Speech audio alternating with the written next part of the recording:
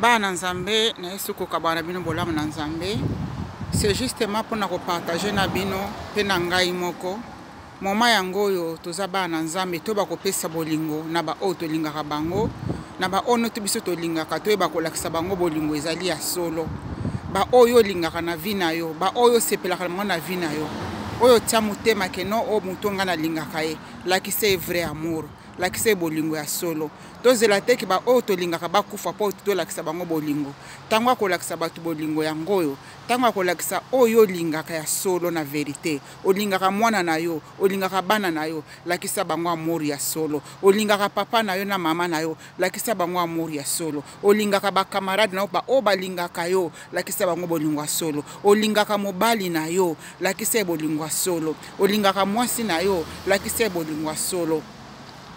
Ba vivaka na sena moi na kati na hypocrisie. Soko sepelaka na mutu te, lakisa bolingo te ko sepelaka na ete. Soko sepelaka na mutu lakisa bolingo. Kozela te ke mutu ana kufa un jour po to lakisa bolingo. Kozela te ke mutu ana azala isusu na sena moi te po to lakisa bolingo. Me lakisa bana Nzambe nyoso to, lakisa bolingo na ba oyo balingaka yo, lakisa bolingo na ba oyo ba tosaka liloba na Nzambe. Lakisa bolingo na ba frères et sœurs na kati na église ba oyo ya solo balingaka yo. Po te tozali ko vivre kambala moko. Kozela te ke mutu akufa, kozela te ke ndeko na kufa po to lakisa ye bolingo.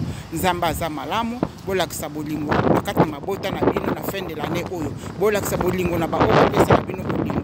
Bo lakisa bolingo na ba oyo bazali ko lakisa bino pe bolingo ya solo. Nzambe na moi abatela bino, Nzambe na basakoli abatela bino pe a protéger bino. Amen.